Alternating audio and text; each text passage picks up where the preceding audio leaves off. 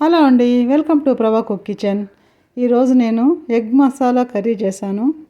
ఎలా చేశానో చూడండి, మీరు చేసి ట్రై చేయండి. నేను ఎగ్ అయితే 3 ఎగ్ తీసుకొని ఉడకబెట్టుకొని ఈ షేప్లో కట్ చేసుకున్నాను. డిఫరెంట్గా ఉంటుందని. మామూలుగా ఫుల్ ఎగ్ అలాగే వేస్తే మసాలా పట్టదు కదా, ఇది వేస్తే డిఫరెంట్గానే ఉంటుంది, ఎక్కువ పీసులు కూడా ఉంటుంది.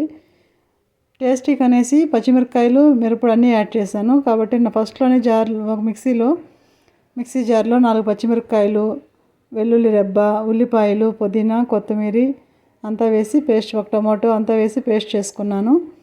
కొద్దిగా ఆయిల్ తీసుకొని దాంట్లో చెక్క, లవంగాలు 2, ఏలక్కి, బిర్యానీ ఆకు, పచ్చిమిరపకాయలు తిరిగి ఒక 3 కట్ చేసుకున్నాను నిలువుగా. అంతా వేయించేసి ఈ మసాలా చేసుకుంటాం కదా, ఈ మసాలాని వేసి దీన్ని కొంచెం పచ్చివాసన పోసేంత వరకు వేయించాలి. తర్వాత దీనిలోనే కొద్దిగా పసుపు, ధనియాల పొడి, మిరప్పొడి, జీలకర్ర పొడి, సాల్టు, కొద్దిగా చికెన్ మసాలా వేసాను.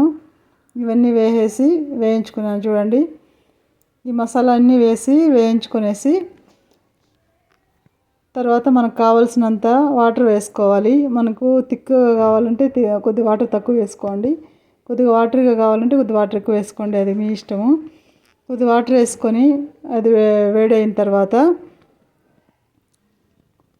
బాయిల్ చేసుకుంటాం కదా ఎగ్ పీసులు, అవి వేసేసి ఒక 2 నిమిషాలు ఉడకనిచ్చేసిన తర్వాత ఆఫ్ చేస్తే సరిపోతుంది. రైస్లోకైనా రాగి ముద్దలలోకైనా చాలా బాగుంటుంది. మీరు ఒకసారి ట్రై చేసి ఎలా ఉందో టేస్ట్ చేసి కమెంట్ చేయండి.